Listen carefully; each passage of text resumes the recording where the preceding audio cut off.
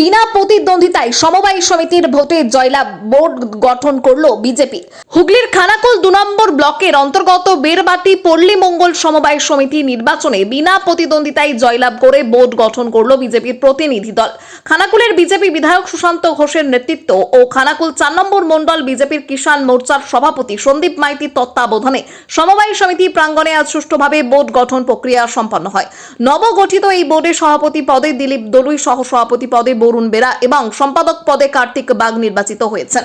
Board গঠনের প্রক্রিয়া শেষে এক সংবর্ধনা সভার আয়োজন করা হয়, যেখানে কৃষি কর্মাধ্যক্ষ উমেশ অধিকারী, জগৎপুর গ্রাম পঞ্চায়েতের প্রধান টুম্পা হাজরা, খানাকুল 2 নম্বর ব্লক প্রশাসনের আধিকারিক বৃন্দ এবং খানাকুল 2 নম্বর ব্লকের সিআই শশাঙ্ক মান্না সহ অন্যান্যরা উপস্থিত ছিলেন। এই জয়ে খানাকুলের বিধায়ক সুশান্ত ঘোষ উপস্থিত সকলকে সাধুবাদ জানান এবং আগামী দিনে সমবায় সমিতিকে সম্পূর্ণ সুস্থ ও স্বচ্ছভাবে পরিচালনা করার অঙ্গীকার ব্যক্ত করেন।